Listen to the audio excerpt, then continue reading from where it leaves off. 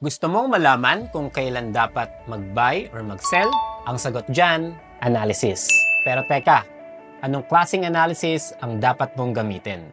Sa videong ito, ipapaliwanag ko ang tatlong uri ng analysis sa Forex trading. Simple lang, promise. 1. Technical analysis.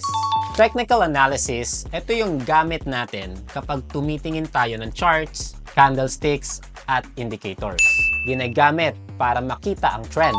Nakakatulong sa entry and exit timing. Perfect para sa short-term traders. Parang weather forecast ng market. Gamit mo ang history para makita ang possibility ng future moves. Number 2, fundamental analysis. Fundamental analysis, ito naman ay based sa balita at economic events tulad ng interest rates, inflation, unemployment, geopolitical events. Bagay ito sa long-term traders at investors. Kumbaga, sinusukat mo ang health ng bansa o ng currency. Number 3, sentiment analysis.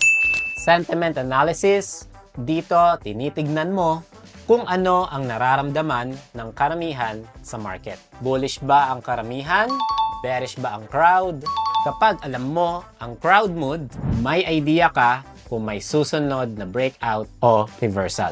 Ang mga successful traders, hindi lang isa ang ginagamit. Pinaghahalo-halo nila ang tatlong analysis para mas solid ang decision making. Parang driving with maps, weather report, at traffic update. Mas kompleto, mas safe. Ngayon, may idea ka na sa tatlong klase ng analysis, pero paano mo nga ba gagamitin ang balita sa pag-trade?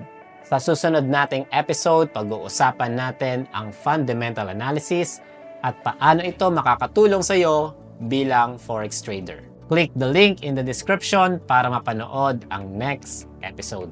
Gusto mo ba ng guided explanation habang natututo ka ng analysis? Sumali sa aming free 3-day Forex Trading Bootcamp. May live trading, may Q&A, may Telegram community pa.